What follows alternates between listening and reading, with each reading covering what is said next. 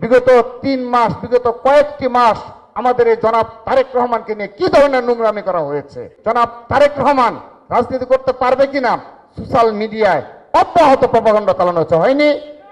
এই ধরনের দ্বিচারিতামূলক রাজনীতি করে ইসলামী ছাত্র শিবির বিগত 3 মাস, বিগত কয়েকটি মাস আমাদের এই জনাব তারেক রহমানকে নিয়ে কি ধরনের নোংরামি করা হয়েছে।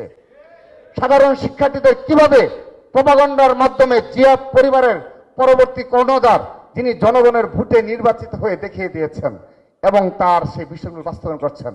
এই ধরনের দ্বিচারিতামূলক রাজনীতি করে ইসলামী ছাত্র শিবির, অর্থাৎ এরদোগানের ছেলে রাজনীতি করতে পারবে এবং এইভাবে পররাষ্ট্র নীতিতে সারা বিশ্বব্যাপী ঘুরে বেরিয়ে পারবে এবং রাষ্ট্রীয়ভাবে ভূমিকা পালন করতে পারবে, কিন্তু জনগণের ভোটের মাধ্যমে শহীদ রাষ্ট্রপতি জিয়া রহমানের সুযোগ্য উত্তরসূরি জনাব তারেক রহমান রাজনীতি করতে পারবে কিনা সোশ্যাল মিডিয়ায় অব্যাহত প্রপাগান্ডা চালানো হয়নি।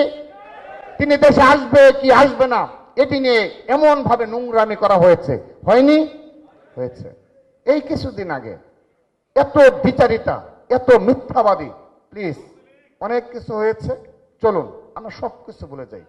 এখন আমরা জনগণের ভোটে নির্বাচিত গণতান্ত্রিক বাংলাদেশ সরকারের মাননীয় প্রধানমন্ত্রী জনাব তারেক রহমানের নেতৃত্বে কাঁধে কাঁধ মিলিয়ে আমরা বাংলাদেশ বিনির্মাণে 20 কোটি জনগণের জন্য আমরা লড়াই করব।